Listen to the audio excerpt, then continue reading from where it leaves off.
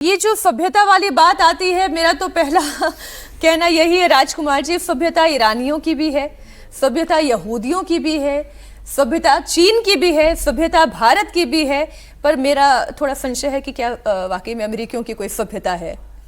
लेकिन विषय मेरा ये नहीं है चर्चा का विषय तो ये है कि जो नेतन्याहू कह रहे हैं कि वो एक परमानेंट सोल्यूशन चाहते हैं। अब नेक्स्ट स्टेप क्या होने जा रहा है इजराइल का?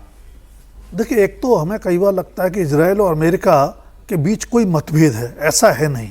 अभी हमने बेंजामिन नेतन्याहू को सुना और कल जिस तरह से डोनाल्ड ट्रंप ने इजराइल की तारीफ की है, शानदार, भरोसेमंद दोस्त, विजयी होने वाला हमेशा, तो कुल मिलाकर के दोनों एक दूसरे को कंपनसेट कर रहे हैं और दोनों का जो एजेंडा है वो साम्राज्यवादी है।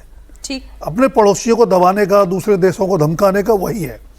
आप अपनी सुरक्षा की बात करते हैं, कोई बुराई नहीं है, लेकिन आप ये कहेंगे मेरी सुरक्षा तब सुनिश्चित होगी जब मैं अपने पड़ोसी को खत्म कर दूंगा या कमजोर कर दूंगा, तो बहुत तार्किक बात होती नहीं है। आपको साथ साथ रहना है इस मामले में। फिर मेरे को अटल बिहारी वाजपेयी जो अपने प्रधानमंत्री रहे, उनकी बात याद आती है, आप अपने दोस्त बदल सकते हैं, पड़ोसी नहीं बदल सकते। तो पड़ोसी के साथ सौहार्दपूर्वक, सम्मानपूर्वक रहने के रास्ते निकाले जाने चाहिए। वो विवेकपूर्ण बातचीत से निकलते हैं, जंग के जुनून से कभी नहीं निकलते। दुनिया का इतिहास भी हमें यही बताता है। बात आप ठीक कह रहे हैं, लेकिन ये बातचीत हो तब ना। मैं जरा पाकिस्तान से जुड़ी हुई खबर भी अपने दर्शकों के सामने रख दूं, क्योंकि बातचीत के लिए जो शर्तें तय की गई थी उन शर्तों में ना ईरान सहमत है ना अमेरिका सहमत है। हॉर्मुज़ को लेकर लगातार तनातनी भी जारी है। इसी बीच बाब अल मंडेब बंद होने का खतरा भी बढ़ गया है। बड़ी खबर यह है कि यमन के हूती विद्रोही बाब अल मंडेब बंद करने की तैयारी में है। यमन के डिप्टी फॉरेन मिनिस्टर हुसैन अल यजीजी ने धमकी दी है कि अगर हमने बाब अल मंडेब बंद किया तो इंसान क्या, जिन्न भी उसे खुलवा नहीं सकता। एक पर्सपेक्टिव इस जंग का ये भी है। जरा पाकिस्तान वाली खबरें भी लगाएं, क्योंकि जिस तरीके से मीडिएशन हो रहा है, राउंड टॉक 2 की तैयारी हो रही है, उस पर भी थोड़ा सा सस्पेंस बना हुआ है। ईरानी डेलीगेशन तो पहले ही ये कह चुका है कि हम नहीं आने जा रहे। राहुल जी, आपने ये अपडेट तो दे ही दी, ईरानी डेलीगेशन पहले ही कह चुका है, और अब अमेरिकी डेलीगेशन आकर भी करेगा क्या? मेरा सवाल ये है कि क्या इस मीडिएशन को लेकर भी आसिम मुनीर क्या कोई गेम खेल रहे हैं, क्या कोई डबल माइंडेडनेस चल रही है?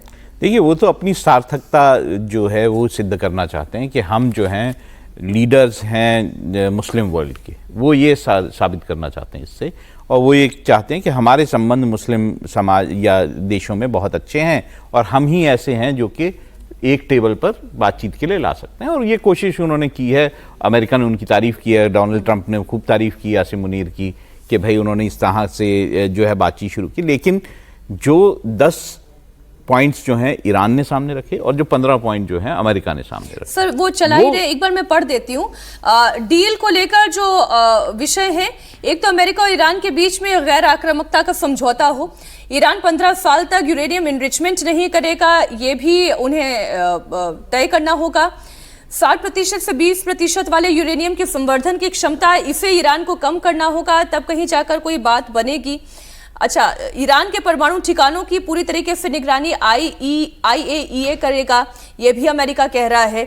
यानी हर तरीके से आप ईरान को पहले चोक करते हो, उसके बाद फिर कहे कि हम एक डील करना चाहते हैं। राहुल जी, बात अमेरिका की ये है। देखिए, अमेरिका तो ये कह रहा है ना कि आप यूरेनियम जो है हमें दे दें, एनरिच्ड यूरेनियम, और दूसरा आपकी जो डिफेंसिव कैपेबिलिटीज़ हैं उसको आप लिमिट करें। ये उनकी मेजर, और स्टेट ऑफ हॉर्मुज़ ये मेजर मांगे हैं।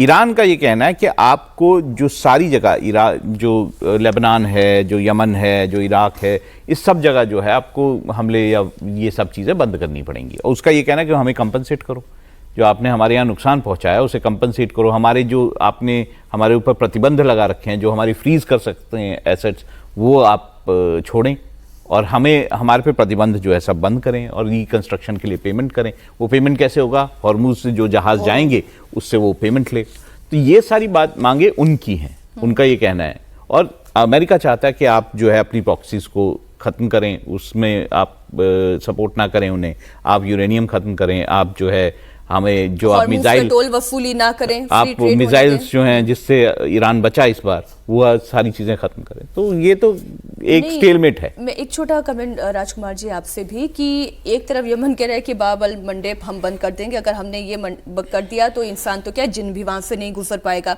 स्ट्रेट ऑफ हॉर्मुज़ में पहले से ही आवाजाही बाधित हुई भी है।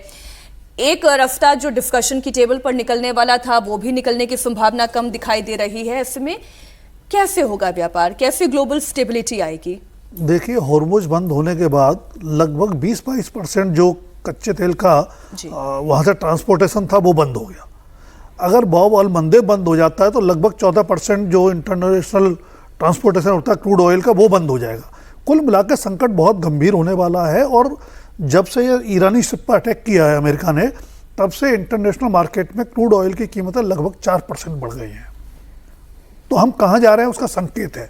लेकिन एक पूरा सर्कल अगर आप समझें कि पिछले हफ्ते बात आती है, दोबारा बातचीत होगी जी, सेकंड राउंड की, और आज खबर आती है कि अमेरिकन शिप ने उस पर अटैक किया है। आज मंडे है, मार्केट खुलने हैं। पिछली बार खबर आई थी थर्सडे फ्राइडे को। जी, तो कहीं ना कहीं एक मार्केट का मैनिपुलेशन भी, क्योंकि ट्रंप की अपनी क्रेडिबिलिटी बहुत कम है और उनके बिजनेस इंटरेस्ट वेल नोन है, सब जानते हैं। तो ये इतना चीजें व्हील विद इन व्हील्स वाली स्थिति है कि ट्रंप की नीयत पसंद है। जो अभी इस बातचीत का निष्कर्ष मैं समझ पा रही हूं वो ये है कि ये शांति और स्थिरता तब तक नहीं आएगी जब तक कि ईरान और अमेरिका सहमत नहीं होता किसी एक बिंदु को लेकर। लेकिन आज सोमवार का दिन है, कोई मीटिंग हो पाएगी, कोई टेबल पर बात हो पाएगी, कोई समाधान निकल पाएगा, इसे लेकर अभी भी एक बड़ा प्रश्न चिन्ह खड़ा हुआ है।